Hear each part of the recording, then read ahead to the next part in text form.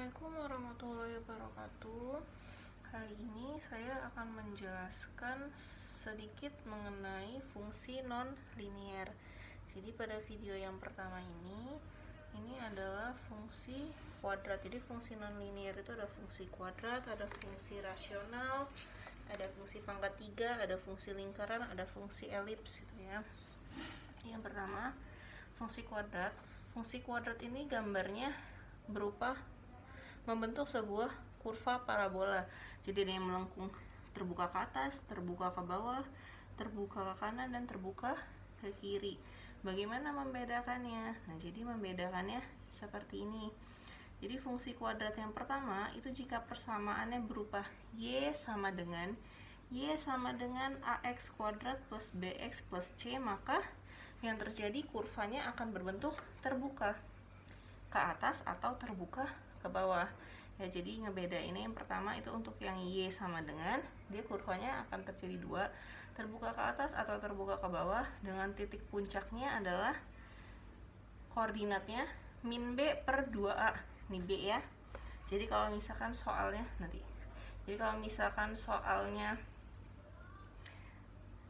x kuadrat min 8x gitu kan, berarti kan di sini kita punya b-nya berapa? Min 8 ya, satu kesatuan. Jadi min kan di sini kan plus ya. Jadi b-nya min 8. Min ketemu min lagi jadinya nanti 8. Jadi seperti itu.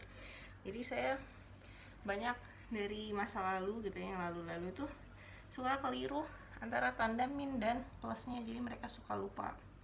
Jadi min b per 2a dengan koordinat y-nya itu adalah min dari b kuadrat min 4ac. Ingat, ini di dalam kurung. Kalau di dalam kurung berarti kalian kerjakan duluan. Berarti b kuadrat dikurang 4 dikali a-nya berapa, c-nya berapa, baru dibagi 4a. Jangan lupa ada tanda minus di depannya ya. Selanjutnya untuk gambar yang berikutnya, kalau jika bentuknya adalah x sama dengan ay kuadrat plus by plus c, maka gambar grafiknya itu akan terjadi terbuka ke kiri atau terbuka ke kanan. Kenapa? Karena titik puncaknya itu garis titik puncaknya ini kan garis titik puncak ya, ini garisnya gitu kan. Begitu pula yang ini dia sejajar dengan sumbu x ya, ini sumbu x, ini sumbu y, yang ini sumbu sejajar dengan sumbu y. Makanya tadi kalau yang y terbuka ke atas atau terbuka ke bawah, kalau yang x sama dengan terbuka ke kiri atau terbuka ke kanan. Titik puncaknya dibalik, rumusnya sama cuman dia dibalik. Kalau yang y sama dengan tadi min b per 2a dengan min b kuadrat min 4ac per 4a, kalau yang x ini yang min dalam kurung b kuadrat min 4ac per 4a baru yang min b per 2a. Jadi jangan kebalik ya, atau jangan disamain, dia beda karena dia dibalik. Jadi perbedaannya hanya dibalik saja. Nah, selanjutnya kita ke contoh 7.1. Di soalnya ada y sama dengan x min 8x plus 12. Tentukan titik puncak dan gambarkan. Kita punya fungsinya apa? Y sama dengan, berarti udah jelas dong gambarnya pasti kalau nggak yang terbuka ke atas, terbuka ke bawah ya. Tergantung titik puncaknya nanti di mana. Ya seperti itu. Kemudian kita hitung dulu titik puncak. Jadi kita udah tahu ya gambarnya yang ini. Kalau yang ini berarti titik puncaknya pakai rumus yang min b per 2a duluan. Min b per 2a, b-nya kita punya berapa? B-nya kita punya min 8. Nah, kalau di contoh di buku itu dia kurang diminin lagi. Tapi dia hasilnya kalau kalian contoh yang saya berikan ya dari buku, itu kalian lihat dia min 8 per 2, tapi hasilnya langsung 4. Sedangkan kalau min 8 per 2 kan harusnya min 4 ya. Dia kurang min 1 lagi. Jadi dia seharusnya min dari min 8 atau jadi sama dengan 8 dibagi 2 kali 1 ya. Kita punya ini kan persamaannya, berarti A-nya sama dengan 1, B-nya kita punya min 8, C-nya kita punya 12. Tinggal dimasukin ke rumusnya. Min 8 per 2 kali 1, 2A. dengan min dari B kuadrat.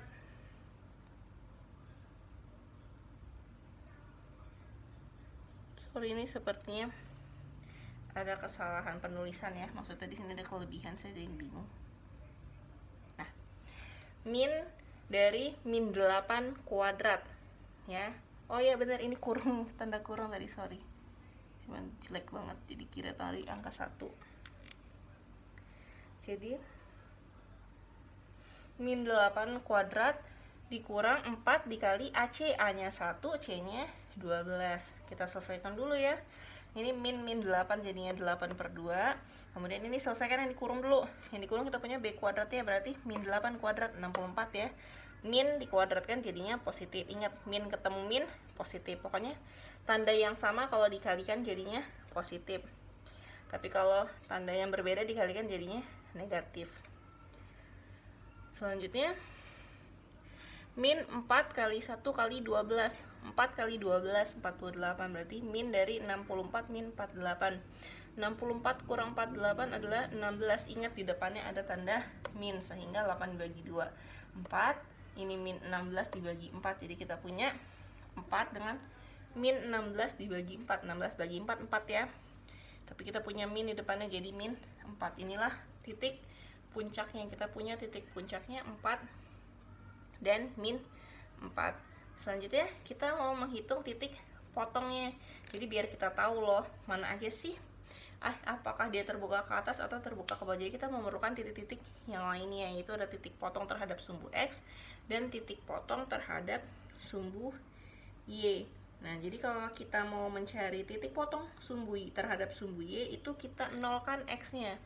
Titik potong terhadap sumbu Y, X-nya sama dengan 0, maka Y-nya 12. Jadi ibarat kata, ini saya hapus ya, jadi bisa buat gambar di sini.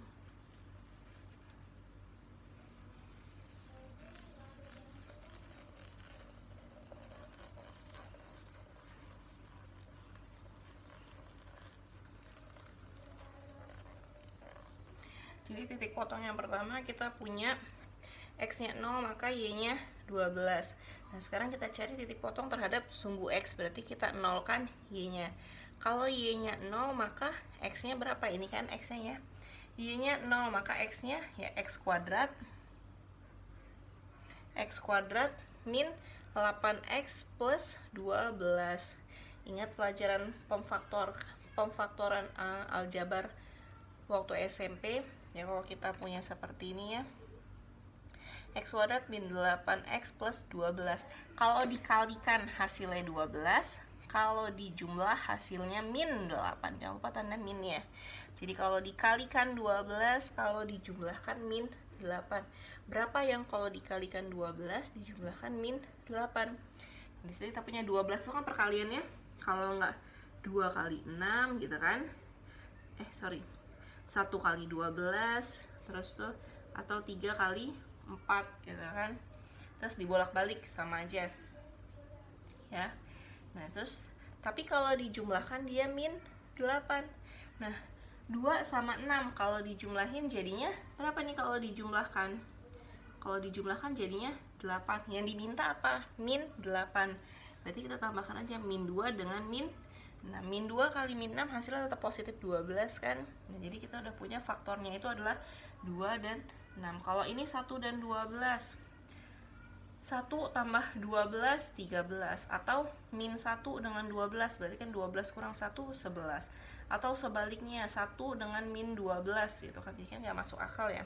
Atau min 1 dengan min 12, jadi min 13, nggak cocok ya sama min 8. Begitu juga yang di bawahnya. Di bawahnya ingat kalau dikalikan plus 12, jadi kemungkinannya tuh cuma ada 2 ya kan. Kalau nggak dia min 3 sama min 4, kalau enggak ya 3 sama 4, karena kalau dikalikan dia positif, tapi kalau dijumlahkan dia negatif. Min 3 tambah min 4, min 7, kurang ya, nggak sampai, berarti kita punya faktornya di sini adalah 2 dan 6, makanya disitu dapat 2 dan 6. Jadi kita udah punya nih titik potongnya terhadap sumbu X. Jadi kalau Y-nya 0 maka X-nya 6, atau kalau Y-nya 0 X-nya sama dengan 2. Jadi tinggal kita gambarkan. dengan titik-titik yang bersesuaian. Kita punya titik puncaknya berapa? 4 dengan min 4. X-nya 4. Berarti ini gambarnya geser ya.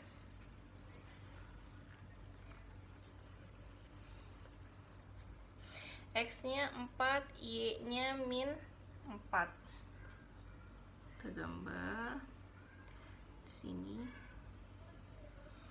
Anggaplah min 4 itu di sini. Ingat X-nya 4, 1, 2, 3, 4. Kemudian Y-nya min 4.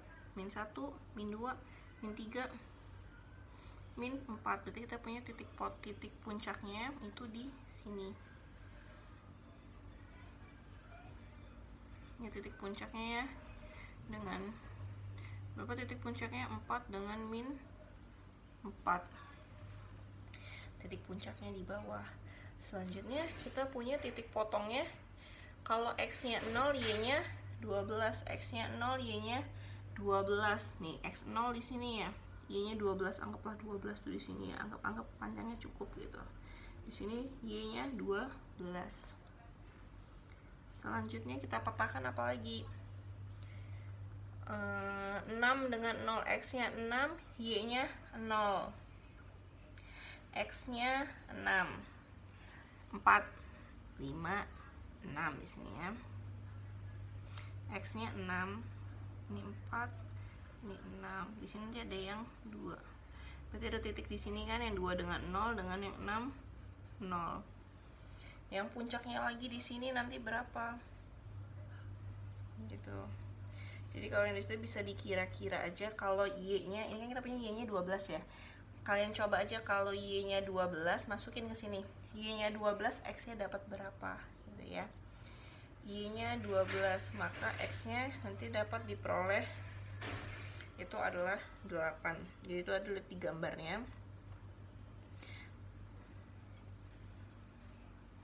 Tinggal kita lanjutkan menggambarnya. Kalau titik ini nggak mau kalian buat, juga kalian buat perkiraan aja, yang penting gambarnya simetris itu kan. Yang paling titik adalah potong-potongannya tadi itu. Apa ya kalau gambar saya kurang bagus itu. Nah, jadi kira-kira seperti itu gambarnya.